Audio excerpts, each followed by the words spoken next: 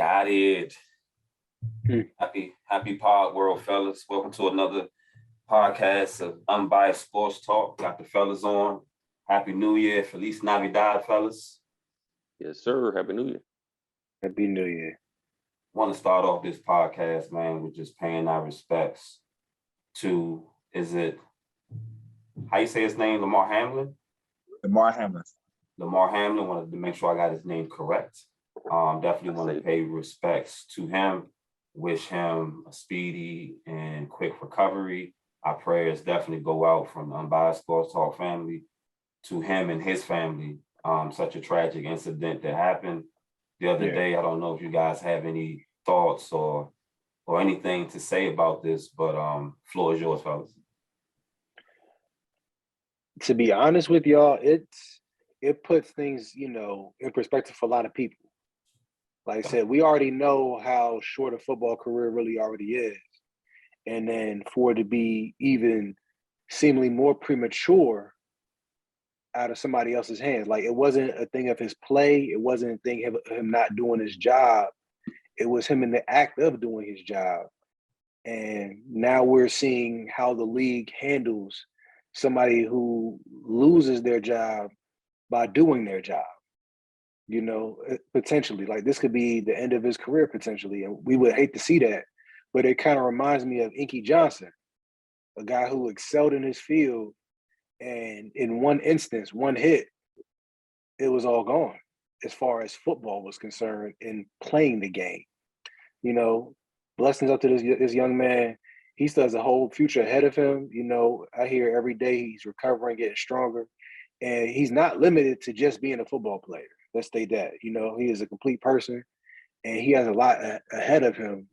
But, I really do wish him well in his recovery, and hopefully he can continue to play a game he loves and is done at a high level. Yeah, 100%. I mean, prayers go out to him, his family, and everybody involved. I was surprised, honestly, that the NFL actually stopped it. I wasn't expecting them to actually stop the whole game. Yeah. Like Because, they're savages, even like not that. Yeah, because I mean, hey, I don't put nothing past them. So I was glad that they did, though.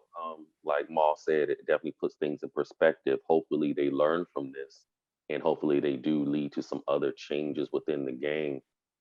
Like Maul's talking about with these guys' careers in the NFL, putting benefits in place for them medically, because obviously it's tough on your body. So hopefully they get into that and talk about that more, and this galvanizes them to make some changes. But that was my thoughts on it, though. So good job out of NFL and everybody involved. Yeah. Good job by the NFL. Good job by the training staff that was there, that got right on top of the situation. I'm not gonna lie, I check my phone like he's one of my cousins or something to make sure that he's okay. Like, every time I get the chance to get to my phone, I'm going on Google, I'm going on YouTube, everything, just to check on to check on his health. Because it's crazy. I think we all do that, right? Or like you have the TV on just to have it on, but you're not really watching it. Like, so I had it on and I saw the hit and I was just like, ooh. And then and in the background, I'm hearing like, why is the game not on? Yeah, and so then yeah, why is my TV not on? So I'm thinking my TV's broke. And then I look, I'm like, oh, all right. So I had to go on YouTube, check it out. I was like, oh, that's tough. Yeah. So that's quick. It's really a sensitive topic too. Like, the more I started to talk about it, like off the air, with Javon, so I talked about it and stuff, because we could all have like certain solutions to certain things, but it's just like, it's a freaking accident. It's kind of hard. We've seen it happen. Yeah. We had a guy in high school. He had to get his jersey cut down the middle and got ambulance out of there. Oh yeah, Dante. Luckily he came back to us, but like in that incident, you didn't know what was going on. I had a childhood friend paralyzed waist down from an improper tackle. And this happened when he was in middle school, elementary school. Gone. This is Unbiased Sports Talk. I don't think no one should take this as we don't have any empathy or sympathy, but we are playing a savage, barbaric sport. Yeah. And there's so many sports that people who are playing or involved in, that one wrong move or one wrong incident and your life is on the line. You know, this is extreme sports, this boxing, this happens to, I mean, this one punch can change your life in boxing. Especially the back of the head too. One hidden football can change your life. And it was very shocking because I think no one's ever witnessed on live TV this type of incident. And like Ron was saying, I was watching it, but it really didn't dawn on me until my mother-in-law called me and was like, "Hey, who was on the field that just got hurt?" And I'm like, "Yeah, I don't know." She like, "It looks serious because everybody crying." I'm like, "You're right." Like I wasn't even paying attention to him. Like, another player got hurt. They surrounded, but when I saw the players' reactions, I realized this was very serious. Mm-hmm. And I've never seen that type of reaction from players. But I will tell you, I'm glad that the NFL has, their medical staff. They responded very, very fast to this man's life. I can't pinpoint, any reasons, or I don't have any theories. I just think it was a freak accident. Like, you're in a car crash, and if you were not aware that if you get hit directly in the chest at a certain time, your heartbeat can change rhythms. We are aware of that, but I don't think we think about that in football. Right. And it's rare that someone gets crowned, like really hit directly right there. But that's all I got to say on that one, fellas. Anything else y'all want to say on that one? Prayers up, man. Yep. Prayers up. Like Ron said, I'm watching and checking every few minutes just to see how he's doing, and hope I hear good news every time I'm checking. On another note, we kind of touched base on this a few podcasts ago when we were talking about transgenders in sports, which is funny because one of you guys, I'm not sure if it's multiple or a few of you, but I remember Ron saying that we were disagreeing and agreeing on, should they be in the sport? How should we govern this and this? And I think Ron came up with a solution and said they need to have their own league. Thanks to E, we found out the other day that boxing, I think, is coming out with a transgender league very soon. My thoughts on you guys on how do you feel about there being a separate league for the transgender, and do you think we should do this with other sports? So, in a sense, like I said, it's going to be a sensitive subject, but I don't know the longevity of any of that going forward. We see like the WNBA struggling, other women's sports struggling, and that's about, roughly 55% of the population. If we're talking about 7% of the population or less behind something, I don't see it going forward and being successful. But in essence, people can say this is more of a balanced fight when it comes down to human physiology. I'm not saying anything about gender. I'm not saying anything about orientation or gender identity. But when it comes down to your orientation and the time you transition and you're at certain levels, it's going to be more of a fair fight. So, because there have been transgender athletes in the MMA, and it was not a fair fight. They had, a woman who was transgender going against biological women, and they were breaking orbital bones with regular punches.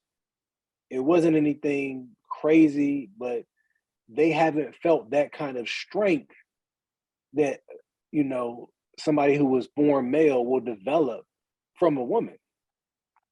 So even when it comes down to other leagues, we're looking at, people who have now possibly already broken girls' high school records as a transgender athlete. And now they'll be going up against other people who have also broken girls' high school, college records as a transgender athlete. And we'll see if they are legit, they will win out there too. Because a lot of times what we have seen men who have transitioned to women who were not the top of the sport as a male. and then they have become the top of the sport as a female. So now we'll see other people who have gone through that same transition, and will they be able to still be successful within their own league? It does have a lot of implications because it's like you're segregating them to a league, but at the same time, it's still new to sport because we have men and women's divisions, and we've never really had where somebody who identifies as something that somebody may have deemed them biologically born as. See that minefield I've been walking through on this one? I'm being respectful as I can, because like I said, it's hard. I think that we're approaching this as respectful as we can, but be bluntly honest. I mean, because we just addressed it. We're being respectful, but your opinion is your opinion, and then I already said, like, it's nothing that's going to be viable going long term. No, there is viable options. Go ahead, Ron. Joe, can you ask that question one more time so I can give you the best answer I could give on Unbiased?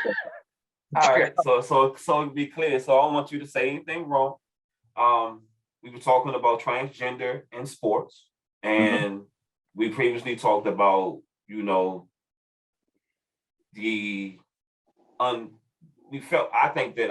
can speak for myself. I felt that being transgender in sports was kind of unfair for fair playing ground, and sports should be having a fair playing ground as best as we can. And we just found out that boxing is creating a transgender boxing league because they believe that they will not publish or show a man beating a woman. That's just not a good look. But what is your thoughts on, obviously, we already know you did agree that they should have their own league, but now how do you feel about boxing giving them their own league? First off, let's start about this. Kudos to your shirt. I mean, shout out to your brand, because I was just wearing that shirt the other day.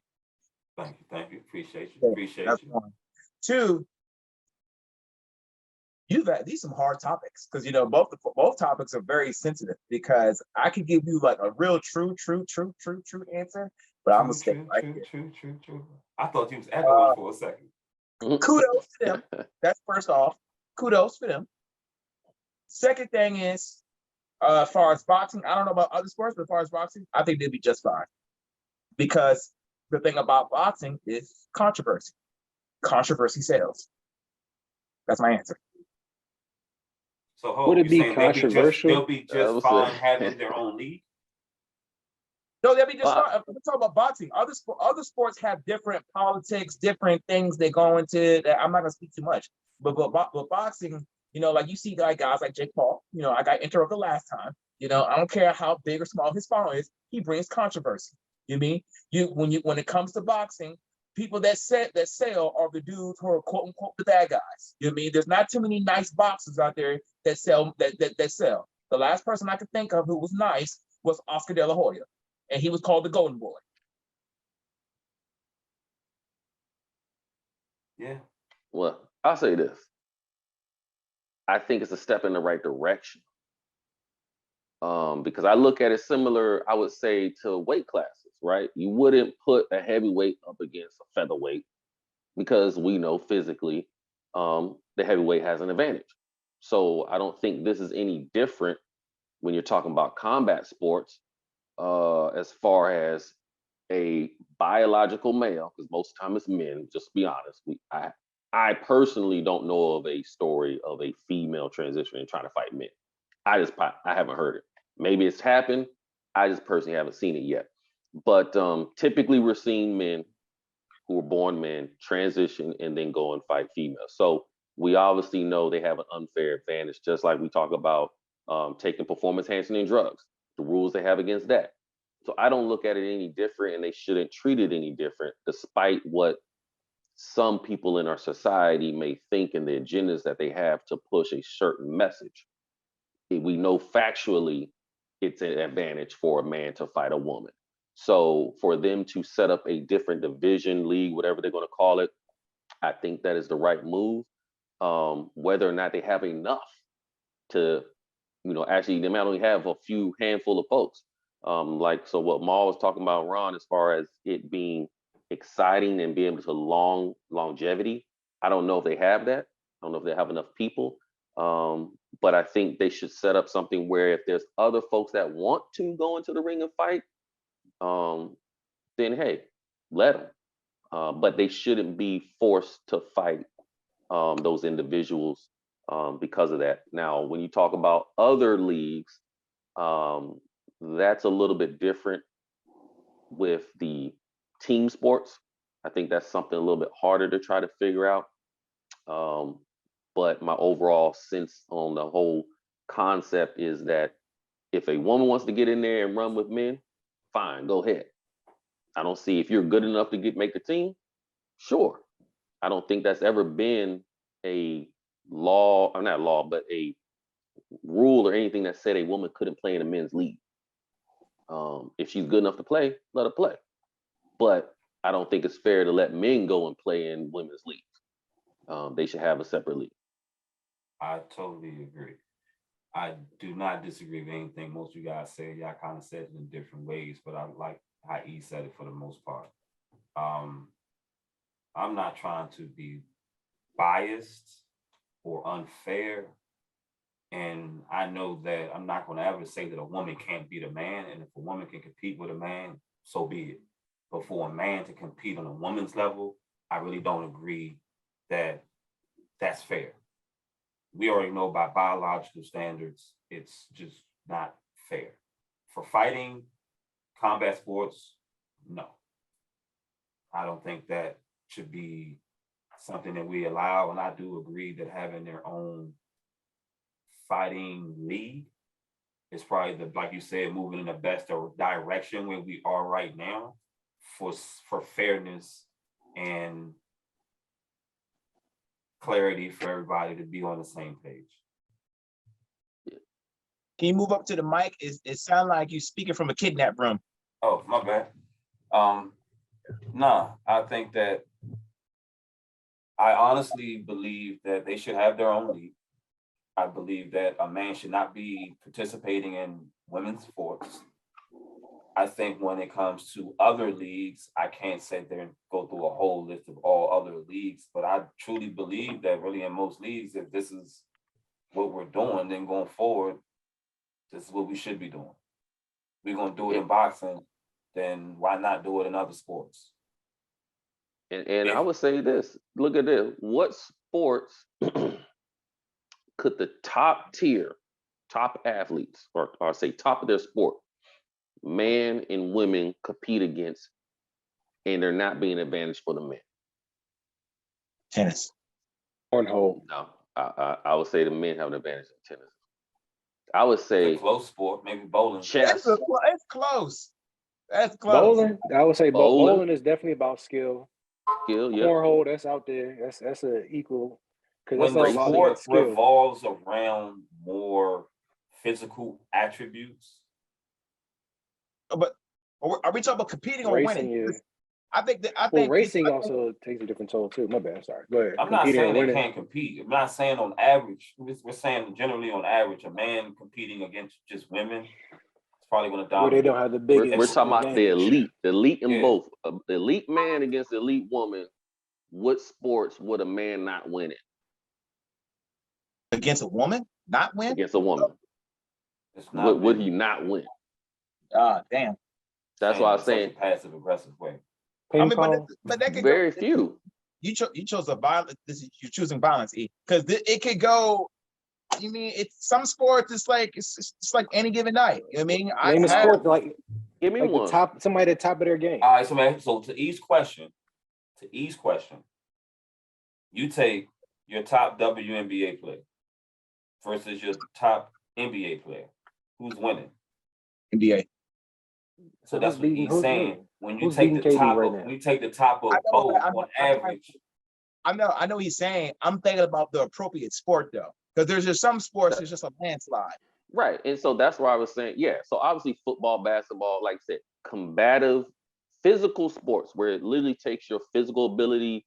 When I say physical contact sports, there we go. That's more. So basketball, football, you clearly men, obviously. But None. I would say other sports like maybe racing. So we've seen Danica No. Patrick, even though she may not have won that much, she still was able to compete. But they say even like the cars. But we're gonna think about if like we're gonna talk physiologically, about men have an advantage in that too because of the temperatures. Like they're able to withstand. So it comes down to it, because it gets really hot in those cars. Not in track. So are you saying that men can go? Well, physically, because of the amount of water our bodies hold. Because they lose a lot of water during those races, and like that's true. Basically, that's so one of the things they can withstand higher temperatures than women. They can go longer without water. Okay. The dehydration effect. Just wanted to make sure we on the biological stuff right here. We want to make sure we clear because people try to come for us. We make stuff. No, I mean, like if you like, people compare things all the time. Like they say, of course, women withstand the most pain. They have a higher threshold for pain. I heard that. I agree. So I cannot physically compare. I don't know the pain that they go through, but if doctors are saying it, I can't dispute that. Not gonna dispute it. But they go through, bro. I don't want to go through it, so they went. Exactly. I don't want to go through childbirth. I don't want to go through a monthly cycle that can lead to child. All of that, they the ghosts taking pain. They're in constant pain, discomfort, and they thug it out. Got to deal with us. That's tough. Yeah. Well, do we all agree that we think this is heading in the right direction? It's a direction, but how far is the direction going to go? Yeah. Because is this to appease people, or is there actually a market for it? I think because the last time I checked, like there was nobody really checking for this, this is unbiasedly, except for a community, a small community, if they're self-sufficient in their community and they have it in certain places, they're not going to get stadiums for this. They're not going to have arenas. I mean, but it may be like an internet thing. When it comes to boxing, you renting out stadiums, so I mean, it's not like they put them on other undercards of other. But I will tell you I'm this. Just saying, I will tell you this. No. Let it be two random people that just can draw attention. Forget their sexuality. They just draw attention.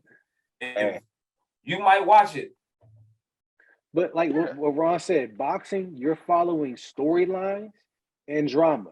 Yep. With storylines, you have to have, a lot of the times there's a storied bloodline of boxers that begin to have that nuance. Mayweather's, Spencer, all these people that now have camps that now breed in other boxers. So what transgender boxer is going to come from a legendary camp that is then going to bring in an audience to now sell this event? You're talking about promotion. This comes down to promotion. I'm with you on that one, Marlon. Is there really a following for this? Is this for this to be put That's all I'm saying. Yes, Ron, go ahead. You look very patient over there. I've been very patient. Because y'all got me over here itching at the face about this, because I think we're kind of forgetting about how certain people can make a come up and they can surprise us. Other thing is too, we have to be mindful. Because it's a sensitive topic, do we actually know how big this community really is? We could just assume. We don't, right? Because I don't really know about this community, so I'm gonna say I don't know. And my last take is this: do not be surprised if you see a transgender bout under the undercard of a Jake Paul fight.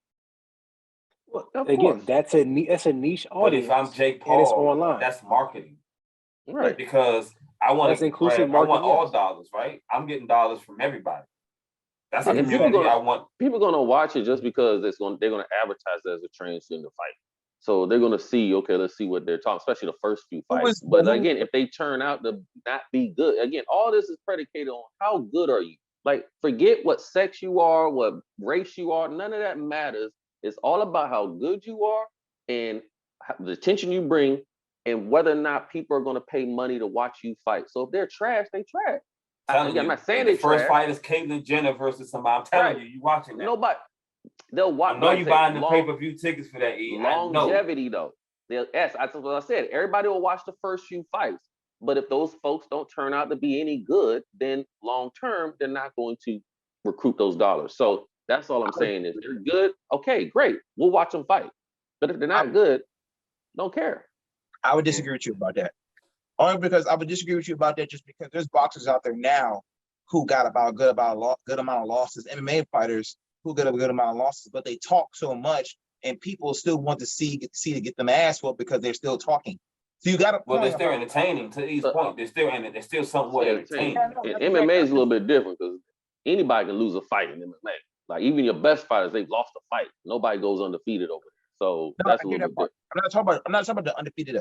The undefeated is like a different classroom. I'm not talking about that classroom. I'm talking about the classroom of the Adrian Broners, the Rolly Romeros. That's a classroom. About Adrian Broner. He won't stop talking. You're talking about a C-class class. Like these is what class you talking about? Talk about some good fighters. Hold on. Do I want to stamp that? Because I think he was talking about he was B+ fighter. Was that you? Was that you? Say who? No. Move your finger over a little bit more so you feel like you're pointing at me. I feel like you're pointing at somebody else. I can't. My bad. I remember who it was. He was trying to tell me that Adrian Broner was B+. Anyways, moving on. I don't got no more to say. Well, we'll see what happens. If I call him a B+ fighter, that was me being very generous. You know, sometimes I like to be nice. B-. Well, fellas, we'll move on to the next question, which I would really want to know what's the answer for. Why is this the way it is?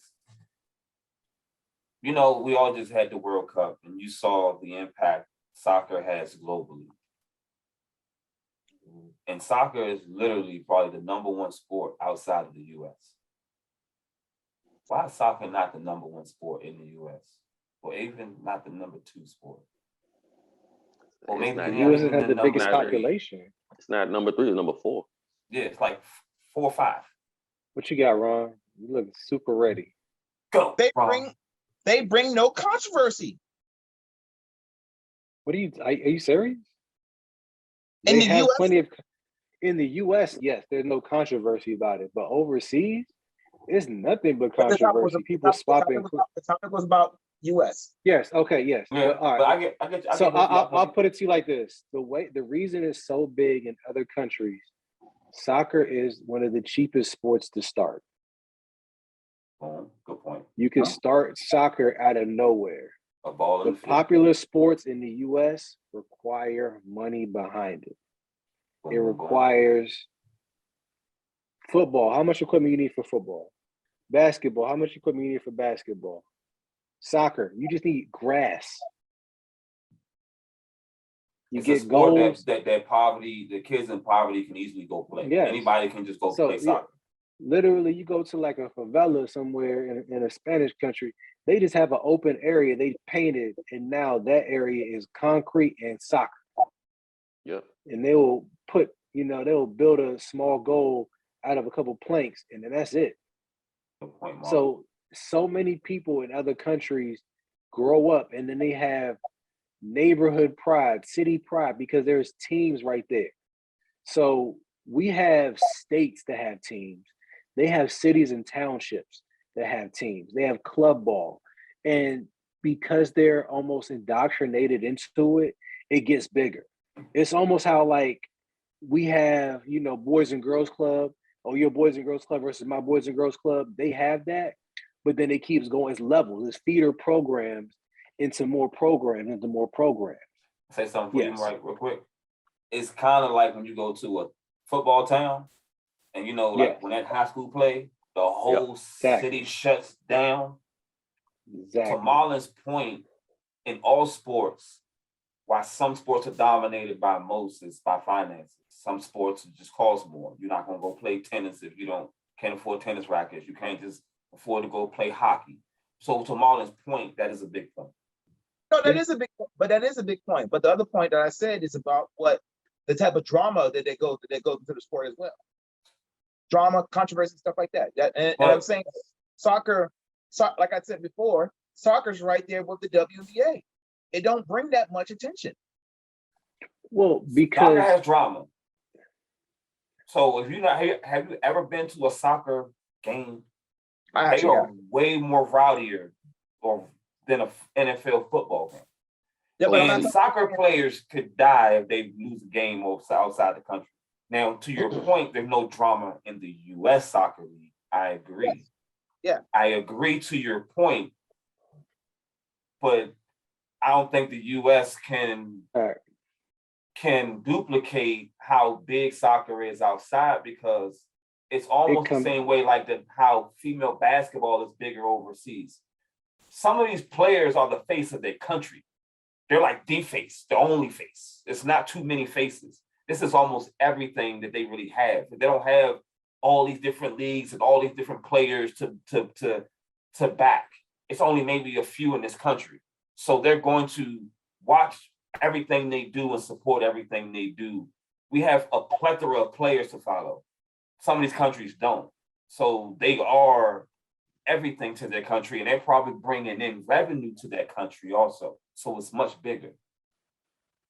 Yeah, America has so many things that can occupy the money in America, and MLS, like the WNBA, is still a fairly new league. Yeah, that league is not even 30 years old. So with that being said, it's competing against what you're counting it out. When did Major League Soccer come out? Yeah, Major League Soccer is not even 30 years old. So we're going up against leagues that have been around since the 40s. Like, it's almost the same with the NBA, how they have their leagues have been established for so long, and then there's money behind it. People aren't putting money behind soccer in the US.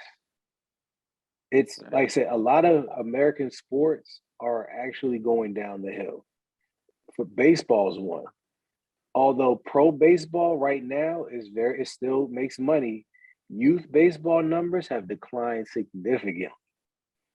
But overseas, baseball has its went up, it's went down, come back, leaves again. Right. We're in a microwave society. In general, we need to see for kids. They got to see a pop fast. That's why the UFC has gotten up so fast.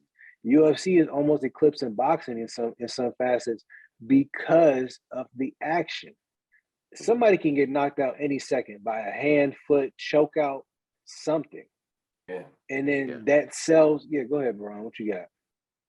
No, I'm sorry. I need to stop doing that. Go on. My apologies. Yeah, I think you got a good point though, Ma. I think that's probably maybe the biggest reason as to why, not one of the biggest, but I think that's a major factor as to why soccer, I don't think, has really taken off in the US like it has around the rest of the world, because I think our society, more so than most, is so fast and quick. Yeah. Everything is instant, and soccer is a slower sport, just like you were talking about with baseball, which is, like you said, baseball numbers are declining. But I think ultimately the other sports have been bringing in that money for longer, because they've been around longer, and the players get paid a lot more. So it's like, am I gonna go play soccer, or am I gonna go over here and play football, basketball, where I have the infrastructure, high school on up through college and into the pros. It's not like the other countries where you have those popular clubs around your neighborhood in your city. Yeah, like, think about this. In Canada and overseas, so Canada hockey, for example, you can go pro at like 16, 17. Overseas, you can go pro in any sport as soon as you're good enough. Yeah. How long was Ricky Rubio a pro in Spain? How long has Luka been a pro? Yep. We have 14. Yeah, we have to go through so many levels of things where people will get money from you before you can make your own money in America. Overseas, once they can put the country on your back, they're gonna do it. Whatever, but like even with boxing, whatever boxer's nice, and he's not from America, that country's behind him. We got so many in America that we could just funnel up. People follow who they want. Well, I feel like when you get an athlete at that level, Marlon, the country's behind them because they want to beat America. So like it's big because at the end of the day, that boxer or whatever sport that can compete against the American team, because America's been dominating so much, is huge. Like the European boxers, as soon as they get a good boxer, they are behind them. They're trying their best to think that bring that belt home. And I totally respect it. All y'all have really good points from the finances of the sport, how much one sport costs versus the other sport, how easy it is in other countries. I think that Americans love, like you said, fast, contact, violent sports. Yeah. And we've been indoctrinated and raised off of that. So soccer is always going to struggle here. I don't care if Ron gave them the best storyline and they went out there and punched somebody once a week. It's going to have to be like a different whole sport for us to really, for it to knock out or be ranked higher in the United States. Yeah. I think you'll see the numbers go up after you. I don't know if you noticed, but I saw a lot of people paying attention to the World Cup this year. Next time it's going to be here in North America. So I think you'll see soccer's numbers continue to rise here in America. It all comes down to what brings the boom. Think about this. Overseas, the boom for basketball was the 92 Dream Team. Since then, the boom of overseas athletes has just been a spark. Maybe having the World Cup here in America might bring that spark. Who knows? Like I said, we get pride during the Olympics because we've had people, our women won gold in soccer. I'm sure the men did pretty good too. They might have won a gold before too. But like I said, when it comes down to World Cup, it's a whole different ball game. Yeah.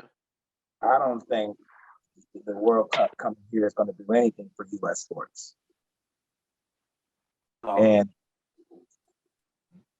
I disagree. I feel like it brings a light because I'm not going to say that it's going to just make soccer like the best sport in the U.S., but I think that it brought a heightened attention to soccer. And with people witnessing what they just witnessed on Monday night, there's going to be a lot of people questioning how much they really want their kids to play football. So, and football's been declining anyway. So some of these kids are going to start picking these sports, lacrosse and soccer, and some of these field hockey, some of these other sports that are not as violent. Yeah, and you say it won't make a difference. When you go to a World Cup game when it's here in America and see how those international fans act, you think like Philly fans are crazy. Soccer fans on a whole nother level. We're talking about a World Cup. We're talking. What's the topic? Yeah. Is the topic about what USA team or the World soccer? Cup? We're talking about soccer in the U.S. You said that you don't think the World Cup will affect soccer in the U.S. We're not saying in percentages that it's going to be a 30% increase.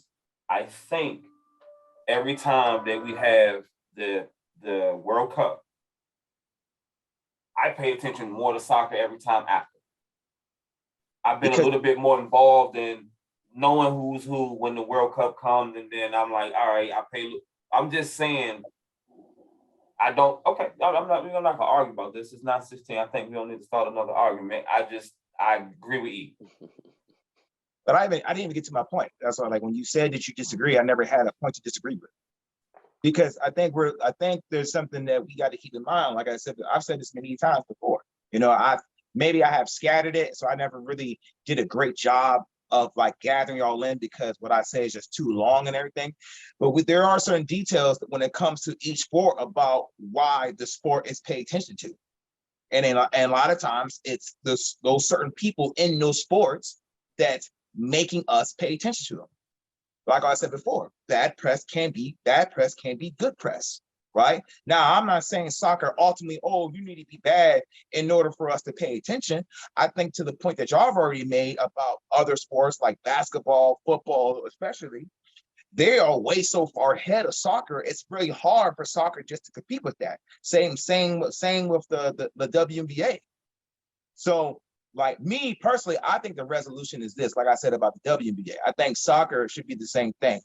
They should have more so of a season where it's global instead of them just playing games in the state. So we can pay attention and play against other countries, because we have to also keep in mind, we have women making more money overseas than they do over here in the US. If you make the season global and say, okay, in your season, you're playing France, right? You're going to have the certain WNBA players decide about, okay, who do I want to play with, because what bread is bigger, right? So if you bring that opportunity, I think that's a conflict with the Olympics. I'm not saying your point is right, but when they start playing other countries, that kind of takes away from what the Olympics is set up for them to have that every 4 years. So if they're, I get what you're saying, but that definitely going to be a conflict with we won't have the Olympics anymore if we're playing France every year. If That's we're the point of the playing World Cup. Croatia, yeah. So like, I get what you're saying. I get what you're saying. Good point.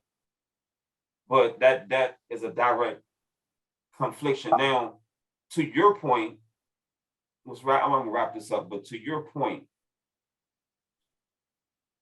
I don't think soccer is the #1 sport in the world because it has controversy. I don't think controversy is making it the #1 sport. I think it's the #1 sport because it's the #1 sport that most countries easily can gravitate to easily. Accessible. 2, it's very accessible in most countries, and that comes down to Marlon's main first point of being affordable. This is the most affordable sport you can easily go to. 2, the fact that basketball is like our #2 sport, but does well in other countries, is the same point I'm saying that these other countries' sports, these players are back behind their countries way more than our country can back all of these players. That's why the females basketball is flourishing outside of the country. It's because this female basketball star might be bigger than the president in that country. We don't have a market for certain things, and that's okay. Because our market is so saturated. It's very saturated. But the market is saturated with so many things to root for. Mm-hmm. It's like, and over there, it's just maybe a basketball player and a soccer player, or maybe just a soccer team that we have that can represent this whole country. Think about something Ron, like you had a good point.